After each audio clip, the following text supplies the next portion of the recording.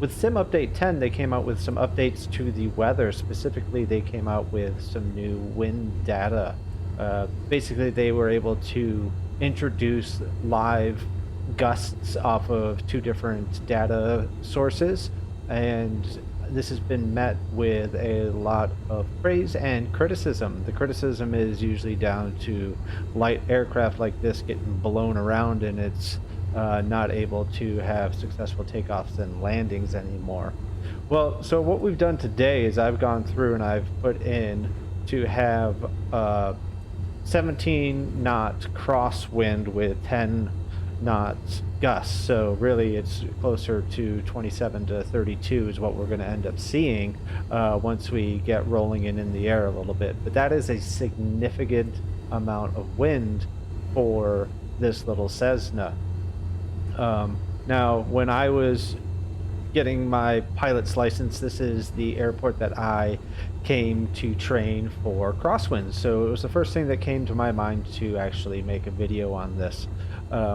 So we're on runway 18. This is in Lapeer, Michigan, which I suggest finding a runway similar to this where you have a 1836, because it makes doing your turns onto, you know, base final and all that sort of stuff much easier when it's a direct heading.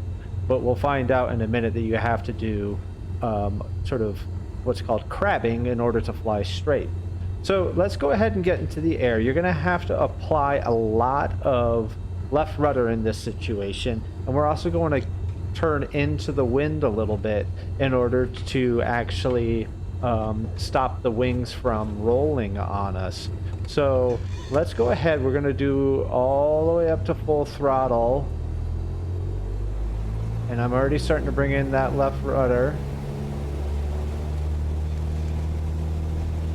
It's starting to kick me over, but that's okay. We're bringing it back. As your speed kicks up, you want to make sure that you're sort of facing into the wind a little bit there. And then we can rotate. So watch what happens when I let go. See, that wind is pushing us all over. That's me letting go of the rudder right there. That's how much we need to do what's called crabbing in order to fly straight. So we're just going to go up to about 1,800, 2,000 feet, which is roughly 1,000 feet above the ground, which is great for doing a traffic pattern. So we're just going to do a little traffic pattern here to show the takeoff and the landing. Now I'm going to bring my flaps up, and we're going to go ahead and start our turn, and you watch what happens to our airspeed and ground speed. So we're making our turn to where this is now going to be a tailwind. So if we come over here and look, that's going to start to increase our ground speed.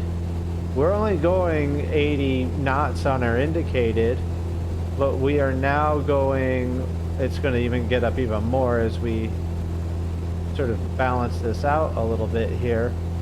So now we're hitting 130 knots, and indicated is only at, you know, 100. And that's because now we have that 33 knot tailwind. I need to back off the power a little bit here. And we're going to go ahead and make our turn now onto our downwind. Now, it's also nice to find an area. You can see those gusts pushing me around, which is exactly how it would react in the real world. Now, you can see this road here. And once I'm going to come to the outside of the plane here in a second to show you how much you have to point into the wind in order to make the aircraft fly straight. So let's go ahead and do that. So as I come over to the road, you can already see how much we're actually pointed over, and it's not really getting us there. Now once I get to it, I'll roll back over to the right a little bit. And right about there, we're now flying straight. And you can see how much we have to point. I mean, we're pointing over there, and that's making us fly straight. Let's come back into the cockpit. Now, the best way to do this over longer distances is you aim for a point. So like you've got this little clearing here, and as that, you watch that to see if it's going to move left or right, and you adjust your angle to make sure that you're still flying straight towards it. Visual references when doing any of these sort of crosswinds are very important, because otherwise you'll find yourself just way off course and being like, how the heck did I end up over here? So for me, specifically for this airport, this little clearing here, I like to turn over onto base, and I'm also going to start to slow down. Now, when we're heading onto our base here, which is going to be basically directly west, you watch what happens to our ground speed here. So I'm going to slow down some more because I want to introduce the first notch of flaps.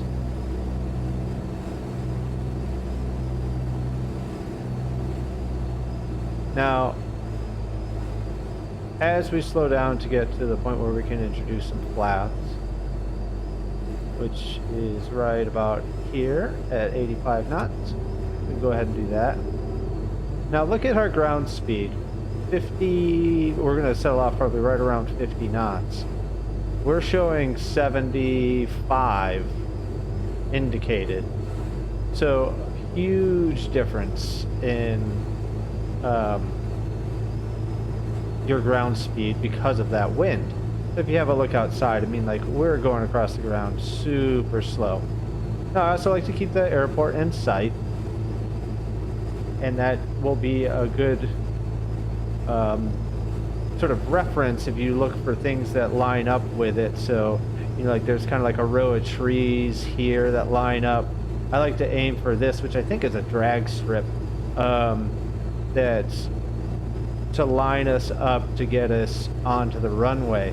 But we need to be pointed into the wind, and you can see those gusts are blowing me around, which this is, I mean, we've got substantial wind here. This is 34 knots coming directly at us. It's with, you know, 10 knot gusts involved as well too, so that's where it's really starting to hit us.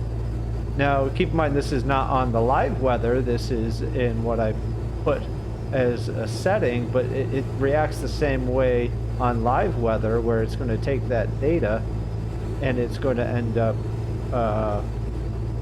throwing in these gusts for you. So you can see I'm trying to line up with the runway, but this is a good first reference point, is these line of trees. I'm going to go do second notch of flaps. And look at where we're pointed. This is the front. This is your nose. We're pointed all the way over there, but yet we're flying straight. So as you're coming in, you want to make sure, one, that you're flying straight with the runway. You can see that I had to adjust and point further over into the wind. But really, it's business as usual as far as the approach. You want to come in nice and gradual. There's no poppy lights here, but if there was, you want to maintain, you know, two red, two white, and follow that path down. See those gusts though, you have to fight them. And there's another one. Look at that one pushing me way over. So you really have to fight them, and that's realistic with these winds. So I just went third notch of flaps. Need to bring in a little bit of speed here, and we are just getting pushed around.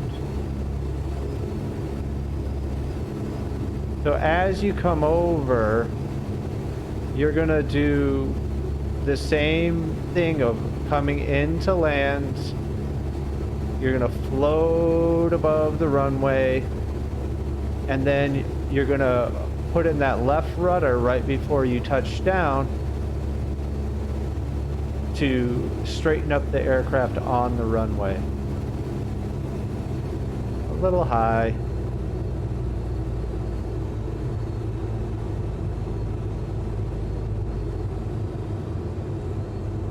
You also want to, right as you're about to do that, you want to turn into the wind. So leaving off some of that speed, turning into the wind, left, oh, see a little bit of ground effect, left rudder.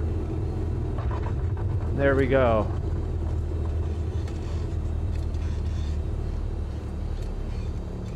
Straighten it up.